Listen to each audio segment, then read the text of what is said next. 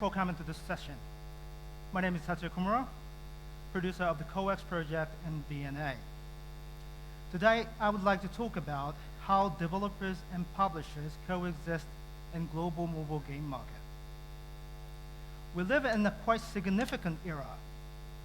As you know, smartphone app platforms changed the way of publishing games. Every single one of us can provide the games and have liberty to decide their own destiny in the worldwide smartphone game market. It was highly unlikely back in the feature phone era. Little side effect, however, is that it's little difficult to keep yourself visible from the consumer's perspective because there are too many applications out there in the market every single day. Under such circumstances, we may easily become just one of too many application developers which end user will merely carry. There are several options to avoid that. One is obviously to develop a good game. If your game is unique and surprising enough, then perhaps it will be featured on the stores, go viral in the social network, and everyone pay attention to it. But it is highly, extremely rare case scenario.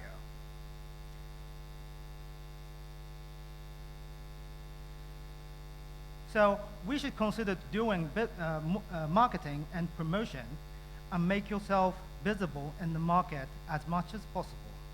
But still, there are some physical limitations. Marketing budget, for instance. If you want to do marketing by yourself, you may need to do media buy in a region you've never been before. If you want to go global, then you need to know some sort of localization or culturalization process, or maybe there are some local special legislation there. By the way, Japan has the quite unique consumer protection law after the comp gacha incident. I have quite some time to explain it to the developers. It's really difficult. It's really complex law. So we have a lot of their problems with that.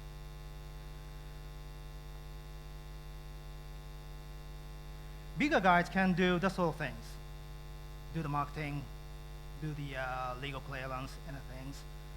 But smaller guys may need some sort of help, the publisher's help. The reason I said we are living in a quite significant era earlier is because although all developers can provide their own games, there are still certain role of the publishers in industry. Or perhaps all the developers can become their publishers, but still they need another publishers. It's really contradictory, but I think that's where we are now. The relationship between developers and publishers, therefore, are more important than one in any other era. DeNA is one of the such publishers in Japan. For those who do not know the DeNA is a Japanese mobile game developers and publishers, and also we provide the social network, mobile social network in Japan. Lots of developers are interested in the Japanese market right now. But Japan is a nation of mystery. People live there are often really shy, understated really, because of the diseases we call the island mentality. And they eat Japanese food every day, watch animations in the really small houses. That's all happened on the nation of third largest economy in the world. But one thing people in Japan enjoy is the mobile game.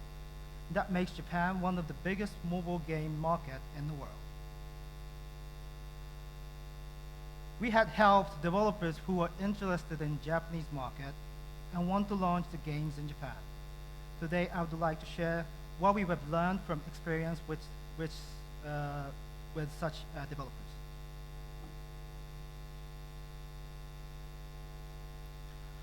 Okay, so before we starting the story, I should explain this. What is the KOEX? The KOEX is one of the projects where DeNA intends to work with the quality external developers outside Japan and publish their games mainly in Japan. The project started from July last year, and we have done a lot of game development with the business partners. So the name KOEX is derived from this. Is there anyone coming from the Seoul, Korea? No? Yeah? Okay. Probably you should know this building, I think. So this is a convention center called KOEX, COEX. This is one of the major landmarks in Seoul, and actually it is located next to our office in Seoul. So name of this building is originally derived from two words, convention and exhibition. One of my colleagues who worked in Seoul office a couple of years ago remembered this name, and when he go back to Japan and start business with start a new business with the Korean developers, he took the name of this building and changed it as a KOEX, which means, according to him, coexist with the Korea. As the name describes, KOEX originally intended to build a partnership with the quality Korean developers and publish their games in Japan. So quality games development from Korea and marketing expertise from DeNA. That's the original concept of the KOEX project. So what did we achieve in the KOEX project? Even though this has started just a couple of months ago, well, half a year ago, story is really short, but we achieved some sort of achievement from there. Firstly, we released the side-scrolling runner game, Nyanko Daiboso, and Angry Yoshida-kun to Hungry Birds. They have released since end of October last year. Nyanko was released, was downloaded more than 1 million times, and another one, this one, is reached almost at the 300,000 downloads. So next one is real-time simulation battle games called Attack on Titan: Road to Freedom. Attack on Titan is one of the famous Japanese comic and TV animation series. This was out this February and already been sold well over 2 million downloads. So the last example is another RTS and city builder game titles called Evangelion Soul Catharsis. This is also gigantically famous TV animation series, one of the most famous ones in Japanese animation history. This game was released 1 month after the Attack on Titan and well received not only by the original animation fans, but also wider audience. So, as you can see, Nyanko and Hungry Birds, developed by the Lime Society, Attack on Titan, Road to Freedom, developed by the Skane Grove, Evangelion Soul Catharsis, developed by the YD Online. These three companies are coming from Korea. KOEX released 12 titles in Japan in second half of fiscal year 2014, ending this March. And the Korean partners developed 10 out of 12 titles.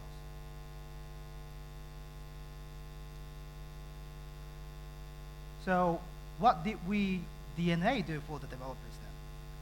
So firstly, we brought IPs to reskin the original games.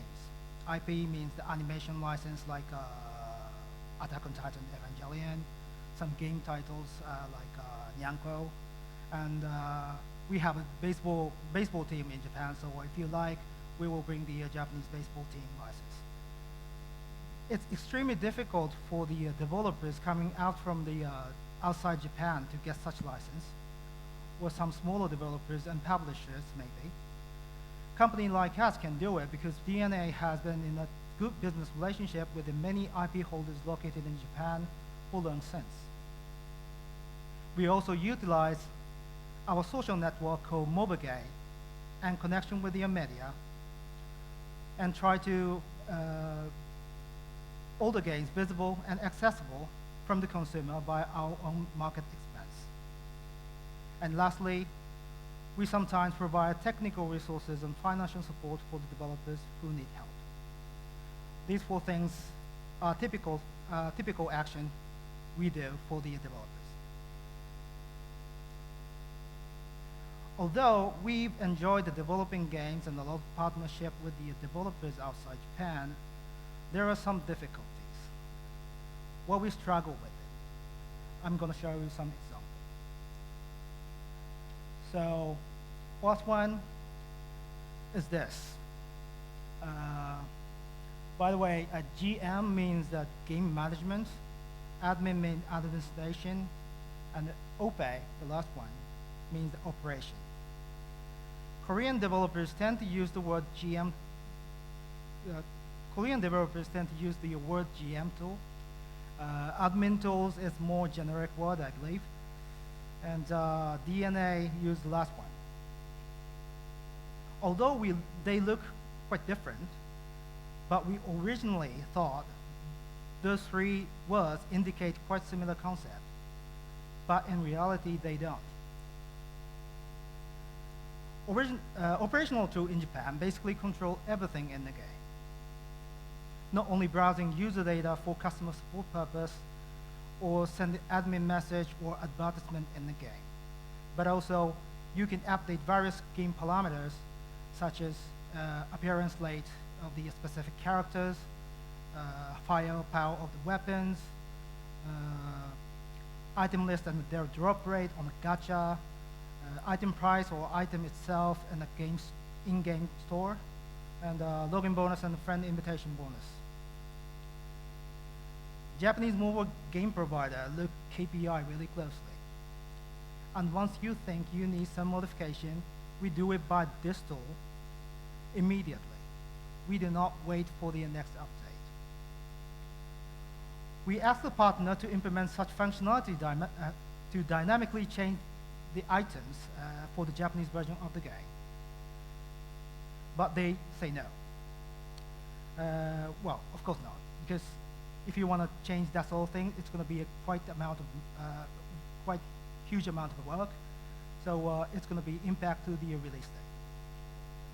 So considering the schedules, we had to compromise those functions, and implement them after they are out. Next one is quality assurance. Well, everyone knows the QA is. What it means is pretty same in any other regions. We didn't have any problem with the definition, but the business practice is slightly different. In Japan, owner of the game should assure the quality of the game. We are just publisher in this business scheme of the KOEX. So owner of the games are mainly a developer. So we thought the developers should have defined how game works, and actually we put the clause to request to do so in every contract. But some developers do not think so. Why? It's because in some countries, quality of the games should be assured by the publishers.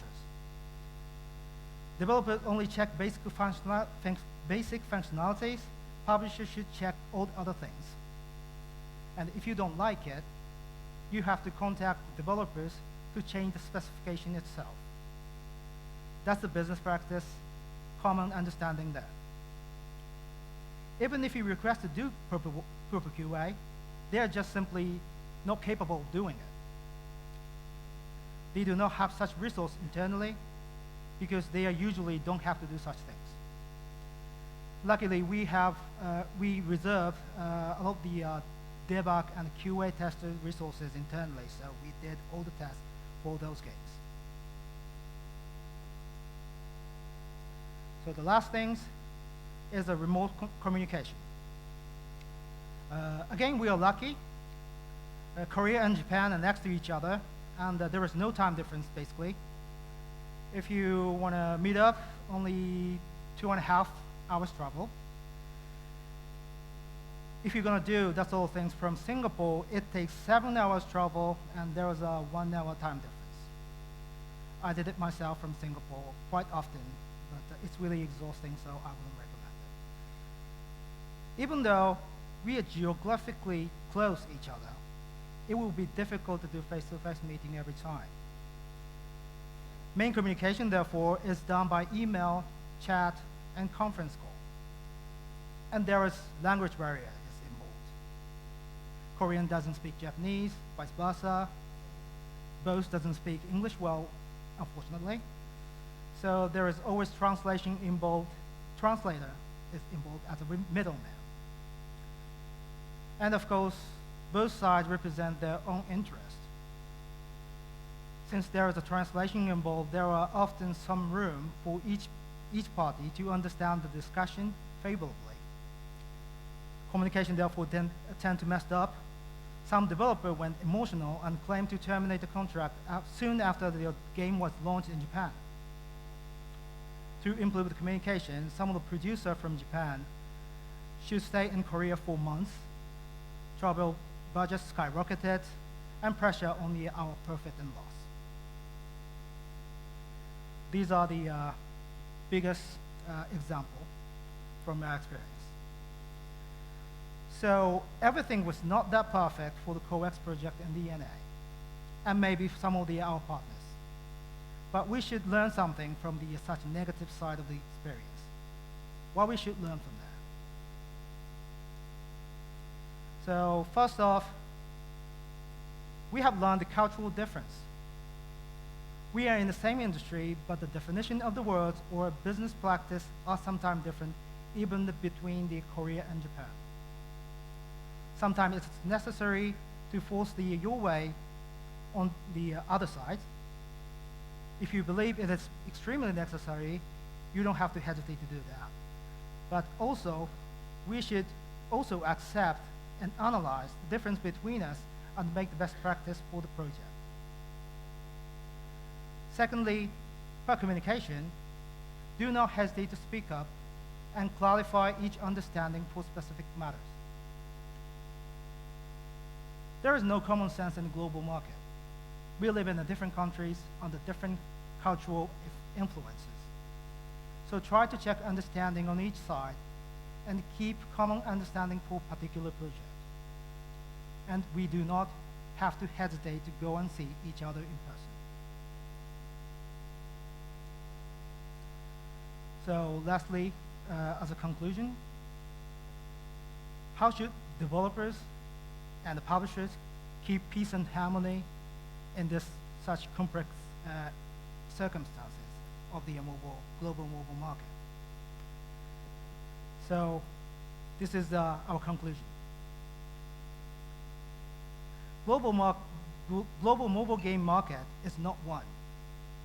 All fragmented, and each one of them is different. We live in different locations. We speak different languages. Religious belief is also different. There must be some gap. We all have known that. Then let's fill the gap and work together for the greater good. Greater good in this context is, of course, to provide good games and entertain the end users and get a bit of a profit from that. KOEX project struggled with the many things behind the certain success. But important thing is to accept the failures and learn from them. We have taken more time, more than half a year, to reach at this quite simple conclusion, but proud to have learned something from the past. By the way, DeNA is always open to talk opportunity to develop, distribute the content in Japan. So if you are interested in, please come and visit our booth 130. That's it for me. Thank you very much.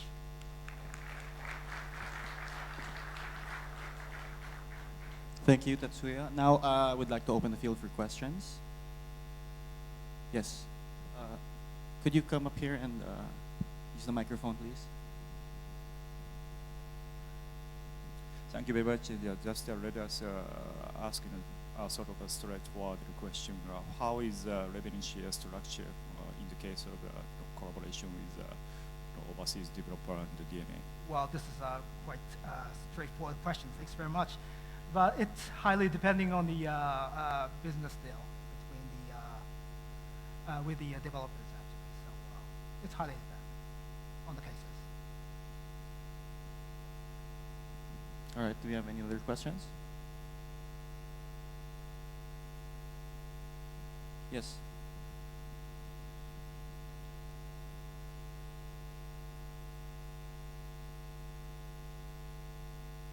I have one question. In terms of game design and monetization between Korea and Japanese games for mobile, is there a huge gap that both sides have to learn how it works? Because you're having Korean developers developing for the Japanese market and Japanese consumer consume in a specific certain way. So like the gacha and whatnot, how does that adaptation goes? You mean the difference between the Korean developers and the Japanese developers? No, specifically on the game design and monetization. So the monetization of the game itself in Korea probably be a bit different than how the Japanese consumer consume games and pay for it. Okay. So how does that adaptation between the understanding? Well, in this KOEX project, we actually advise some of the parts of the monetization, because as you said, that the game design and especially the monetization design is highly different between the Korean and Japanese market. So based on our experience, we advise the Korean developers and modify the monetization part of the original games. That's what we do. Any other questions? I guess one last question for myself. Since the monetization is very different across markets, how early in development do you like to see these concepts so that you can advise people and influence the monetization models of these games? How early in development would you like to see these games? Well, basically, the original games coming from Korea is already released in the Korean market, and we've already monitored the KPIs in the Korean market. And once the performance is good enough for the Japanese market, then we will try to ask the developers to release the title. Although we will advise some additional optimization for the Japanese market. Okay, so you still want to see the good KPIs in the Korean market before considering it for Japan? We believe that the Korean market and the Japanese market is quite similar, I think. So that's why we targeted to the Korean market. And of course, there are a lot of the quality developers there. Any last questions?